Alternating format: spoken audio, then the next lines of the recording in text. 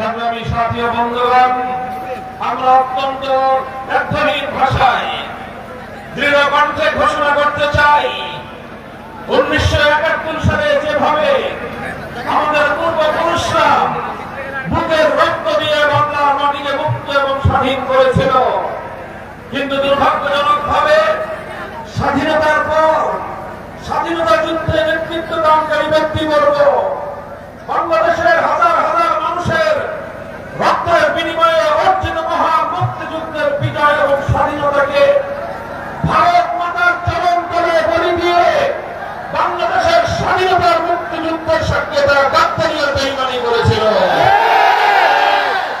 72 সালে ভারতীয় আধিপত্যবাদের কাছে গতি স্বীকার করে ভারতীয় সংবিধানের মূল নীতিগুলোকে ভিত্তি করে বাংলাদেশে নতুন বাকশালী সংবিধান প্রণয়ন করার মধ্য দিয়ে তারা বাংলাদেশের 71-এর চেতনাকে হাইজ্যাক করে নিয়েছিল। এরপরের ইতিহাস মুক্তিযুদ্ধের 71-এর চেতনার নামে 72-এর ভেজাল বাকশালী চেতনা গণমানুষকে এঁকে দেওয়ার ইতিহাস। এরপরের ইতিহাস বাংলাদেশকে ভারতের অঙ্গরাজ্যে পরিণত করবার ষড়যন্ত্রের ইতিহাস। বিগত 54 বছর পর্যন্ত 72-এর সেই ভারতীয় মূল নীতির উপর ভিত্তি করে রচিত সংবিধানের মাধ্যমে বাংলাদেশকে পরিচালিত করা হয়েছে। আর একের পরে যখনই বাংলার মানুষ আধিপত্যবাদের বিরুদ্ধে রুখে দাঁড়িয়েছে, যখনই বাংলার যুবক আমার সন্তানেরা বৈষম্যের বিরুদ্ধে রুখে দাঁড়িয়েছে, যখনই দেশপ্রেমিক জনতা স্বৈরতন্ত্রের বিরুদ্ধে রুখে দাঁড়ানোর চেষ্টা করেছে, তখনই দেশপ্রেমিক জনতাকে রাজাকার, দেশ বিরোধী, মুক্তিযুদ্ধ বিরোধী, জঙ্গিবাদী, উগ্রবাদী নানান ত্যাগ দিয়ে দেশপ্রেমিক জনতাকে দাবিয়ে রাখবার ষড়যন্ত্র করা হয়েছে। এটা করতে করতে জুলাই বিপ্লবের সময় যখন বাংলার তরুণ ছাত্র জনতা স্কুল, কলেজ, ইউনিভার্সিটি, আলিয়া মাদ্রাসা, কওমি মাদ্রাসা সকল ভেদাভেদ ভুলে গিয়ে বাংলার ছাত্র জনতা যখন হাতে হাত রেখে টেকনাফ থেকে তেতুলিয়া বৈষম্যের বিরুদ্ধে, স্বৈরতন্ত্র এবং ফ্যাসিবাদের বিরুদ্ধে যখন তারা রুখে দাঁড়িয়েছিল, তখন বাংলার ক্ষমতার মসনদে উপবিষ্ট ভারতীয় কৃতদাসী, সেবাদাসী, ফ্যাসিবাদী যুগের ফেরাউন শেখ হাসিনা আমার বাংলাদেশের 4 কোটি ছাত্র জনতাকে রাজাকারের বাচ্চা বলে গালি দিয়েছিল। সেদিনই শেখ হাসিনার ক্ষমতার মসনদে, ক্ষমতার কফিনে ব্রেক ঢুকে গিয়েছিল। আমি বলতে চাই সংগ্রামী সাথী ও বন্ধুগণ, এরপরে 24-এর 5ই আগস্ট ঐতিহাসিক যে বিজয় অর্জন করেছে বাংলার জনতা, আমরা লক্ষ্য করছি 71-এর মুক্তিযুদ্ধের বিজয়কে যেভাবে ছিনতাই করা হয়েছিল, 71-এর মুক্তিযুদ্ধের সোনার বাংলাদেশ যেভাবে করতে বাধা প্রদান করা হয়েছিল, একইভাবে জুলাই বিপ্লবের ঐতিহাসিক বিজয় অর্জিত হওয়ার পর আজ বাংলাদেশের একটি মহল, আজ বাংলাদেশ বিরোধী একটি মহল, তারা জুলাই বিপ্লবের এই চেতনা এবং তার বিজয়কে আবার ছিনতাই করার অপচেষ্টা চালাচ্ছে। আমি আপনাদের কাছে বলতে চাই, জুলাই বিপ্লবের অন্যতম স্টেক হোল্ডার ছিল দেশের ইসলামী জনতা। জুলাই বিপ্লবের বীজ তৈরি হয়েছিল 2013 সালের শাপলা চত্বরে। জুলাই বিপ্লবের বীজ রচিত হয়েছিল 2021 সালের মোদী বিরোধী আন্দোলনে। আমরা সেদিন কারারুদ্ধ হয়েছিলাম, আমরা সেদিন বছরের পর বছর ফ্যাসিবাদের জুলুম নির্যাতনের শিকার হয়ে কারাগারের অন্ধকার প্রকোষ্ঠে নিক্ষিপ্ত ছিলাম। আমরা জুলুম সহ্য করেছি, নির্যাতন সহ্য করেছি, কিন্তু ইসলাম এবং দেশের প্রশ্নে কোন স্বৈরাচারের সামনে আমরা মাথা নত করি না। আজ আমরা বাংলার মানুষকে সাক্ষী রেখে বলতে চাই, ইনশাআল্লাহ আমাদের কাঙ্ক্ষিত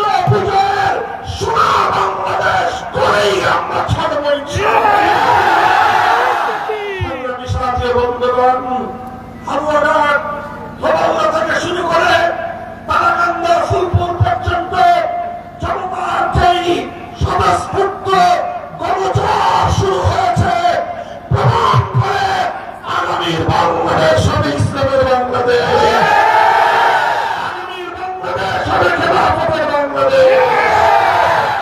হে বাংলাদেশ, তমাম বাংলাদেশ আজ আবার তাকিয়ে দেখো, এভাবে মুসলমানের বৃষ্টিকে উপেক্ষা করে ফুলপুরের সরকারি ডিগ্রি কলেজ মাঠ কোন সরকার ক্ষমতার মস্তকে দেখতে চায় না।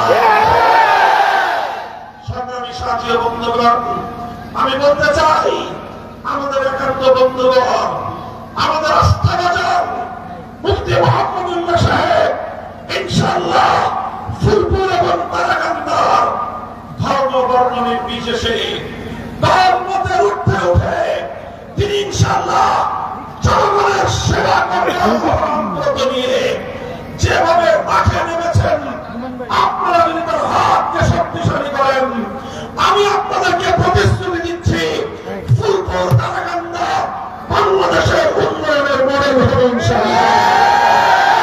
সংগ্রামী সাথী ও বন্ধুগণ, মেহনতি মানুষের প্রতীক, মেহনতি জনতার প্রতীক, রিকশার প্রতীক, আমি আমার প্রিয় ভাই আপনাদের আস্থাভাজন মুফতি মোহাম্মদুল্লাহ হাতে তুলে দিয়ে আমি আপনার সামনে আপনাদের কাছে থেকে আমানত রেখে যেতে চাই। আমি জিজ্ঞাসা করতে চাই, জাতীয় সংসদে ইসলামের কথা, দেশের কথা বলবার জন্য আপনারা আপনাদের প্রতিনিধি হিসেবে মুফতি মোহাম্মদুল্লাহকে জাতীয় সংসদে নির্বাচিত করে প্রেরণ করতে প্রস্তুত থাকবেন ইনশাআল্লাহ।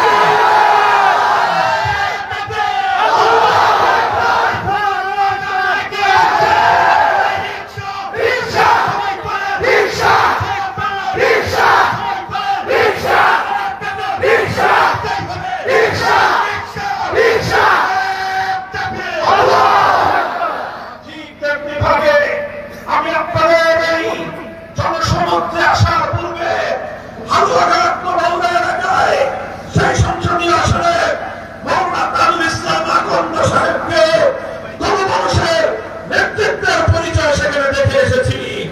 আপনাদের পার্শ্ববর্তী ময়মনসিংহ সদর 4 আসন থেকে মুফতি কাজী মুশতাক আহমদ ফারুকীকে আমি আমার বাংলাদেশ খেলাফত মজলিসের পক্ষ থেকে জনগণের এবং মেহনতি মানুষের প্রতি রিকশা প্রতীকের প্রার্থী ঘোষণা করে যাচ্ছি।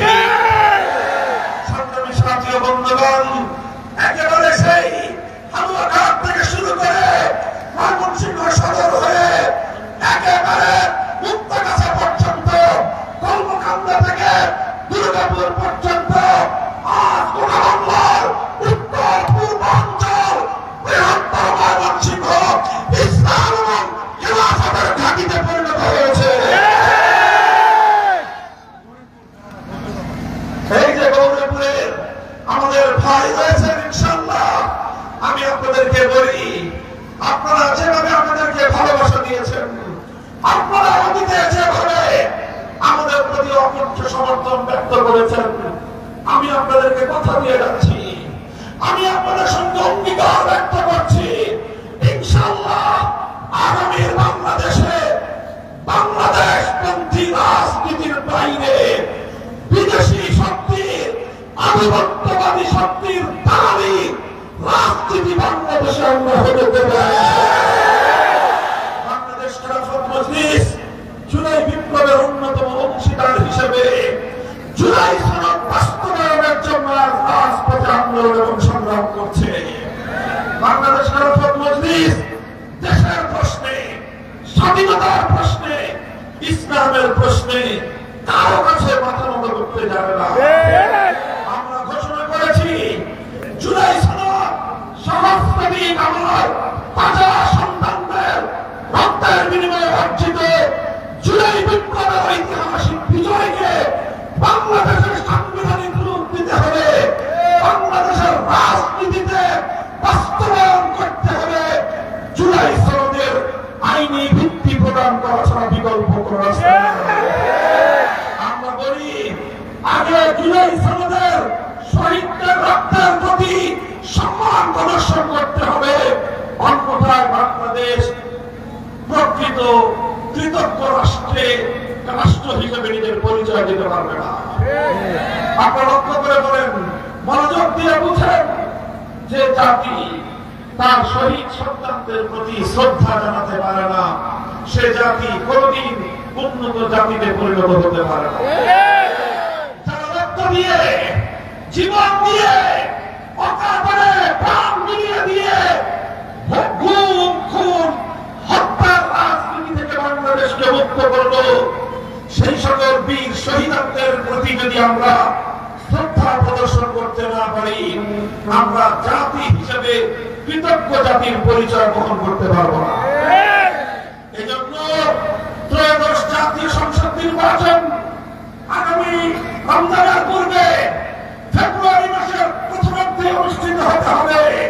প্রধান উপদেষ্টা সাহেব ডক্টর ইউনূস সাহেব যেই শহীদদের রক্তের উপর ক্ষমতার মস্তদে আপনি বসেছেন, সেই ক্ষমতার মস্তদে বসে জাতীয় সংসদ নির্বাচনের আপনি রোডম্যাপ ঘোষণা করেছেন। আপনাকে আমরা শ্রদ্ধা চিত্তে বলতে চাই, তার পূর্বে জুলাই সনদ বাস্তবায়নের জন্য গণভোটের আয়োজনের মাধ্যমে জুলাই সনদকে বাস্তবায়ন করতে হবে। শহীদদের রক্তের বিনিময়ে অর্জিত জুলাই সনদ আমরা কোন দল অথবা কোন মতের করুণার উপর ঝুলন্ত অবস্থায় রেখে জাতীয় নির্বাচনে যেতে পারি না। দেশপ্রেমিক জনতার আজ একটাই দাবি, তাদের প্রধান দাবি, আগামী জাতীয় সংসদ নির্বাচনের আগে জুলাই বিপ্লবের সনদের গণভোটের মাধ্যমে আইনি ভিত্তি প্রয়োজন। তাই আমি আপনাদেরকে বলি, বাংলাদেশ দুই ভাগে বিভক্ত, এক ভাগ দুর্নীতিবাজ, এক ভাগ লুটেরা, বাংলার সম্পদ পাচার করে যারা বেগমপুরা তৈরি করেছে, এক ভাগ যারা বাংলাদেশে ক্ষমতার মসনদে বসে বাংলাদেশকে তাওয়াবিহীন ঝুড়িতে পরিণত করে বাংলাদেশকে আরেকটি রাষ্ট্রের অঙ্গরাজ্য এবং আজ্ঞাবাহী রাষ্ট্রে পরিণত করবার ষড়যন্ত্র চালিয়েছে। একটি ভাগ হলো পরাজিত অংশ, তারা হলো ৭২ পন্থী।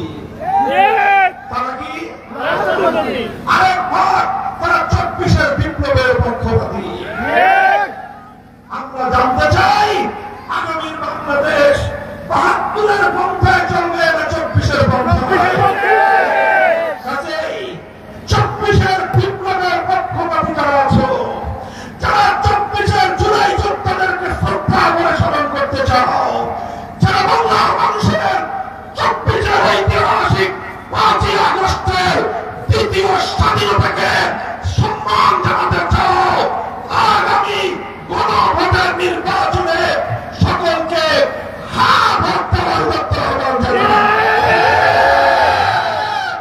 সংগ্রামী সাথী ও বন্ধুগণ, আমার সর্বশেষ পয়গাম আপনাদের কাছে, ইসলাম শুধু মুসলমানের শান্তির জন্য নয়, ধর্ম বর্ণ নির্বিশেষে প্রতিটি মানুষের শান্তি, নিরাপত্তা এবং অধিকারের জন্যই আল্লাহ প্রদত্ত রাজনৈতিক ব্যবস্থার নাম হলো খেলাফতের রাজনীতি।